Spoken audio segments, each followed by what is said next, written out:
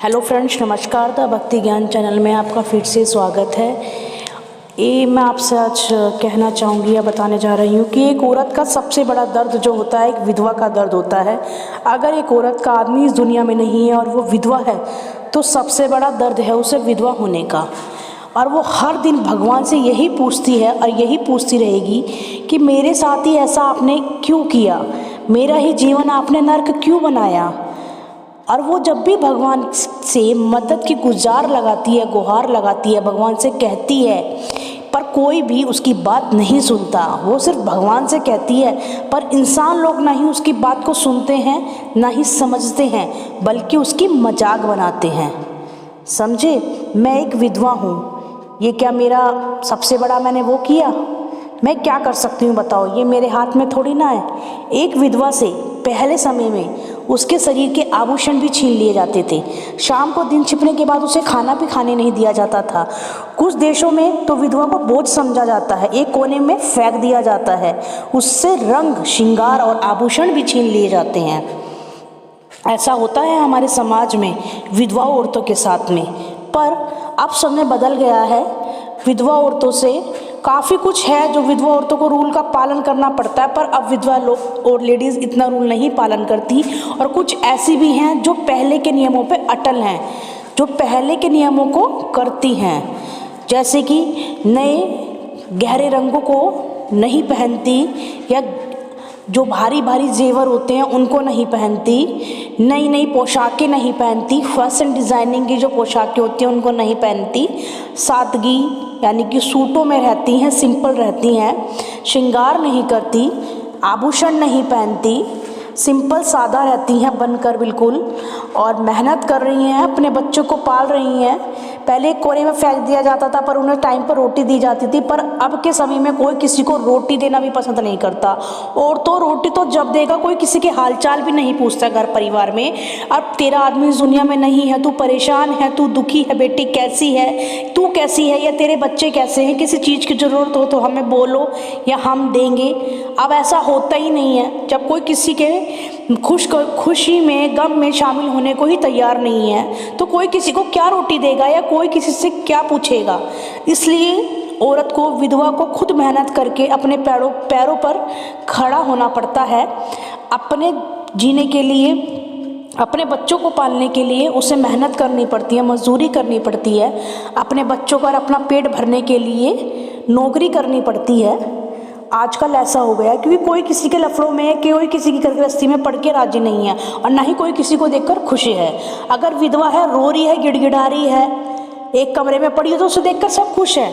अगर जहाँ उसने कमाना शुरू करा, अच्छा पहनना शुरू करा, तो घर के लोग ही उसे देखकर चलते हैं। बाहर वालों को तो हम क्या कहेंगे, पर ये बिल्कुल गलत है। अगर वो मेहनत कर रही है, कमा रही है, अपने बच्चों का अपना पेट भर रही है, तो आप उसको देखकर खुश क्यों नहीं है? ये तो इतना बड़ा है, दुख है, ये नहीं पता कब किसके ऊपर आकर पड़ जाए।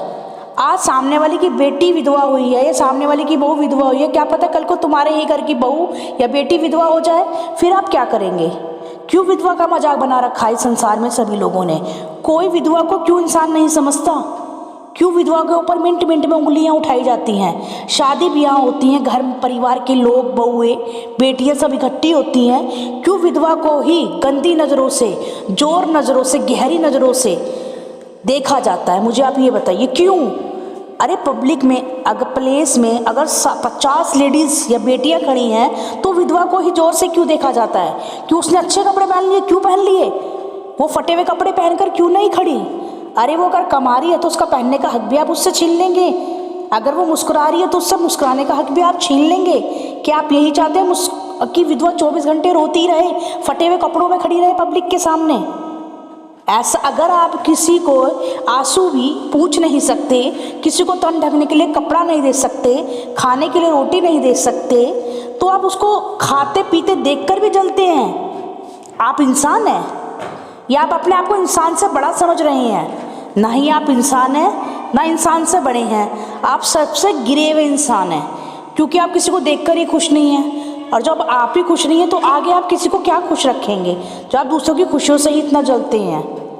इसलिए जो भी करें ध्यान से करें, अच्छा करें, किसी के साथ बुरा ना करें, ना बुरा व्यवहार करें, और मेरी वीडियो सुनने के लिए थैंक यू सो मच। अच्छी लगे तो लाइक ज़रूर करना, पर विधवा की बेइज्जती अपमान मत करना, ठीक है। विधवा की अपमान बेइज्जती मत करना, विधवा का श्राप मत लेना।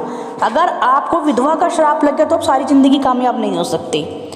चाहे भगवान के आगे कितने ही हाथ जोड़ना, भगवान से प्रार्थना करना, भगवान मेरा ये काम हो जाए, भगवान मेरे साथ ये हो जाए, पर तुम कामयाब नहीं होने के। वो इसलिए नहीं होने के तुम कामयाब क्योंकि तुमने पहले इतने लोगों का दिल दुखा रखा है, तो तुम खुश कैसे रहोगे ये बताओ।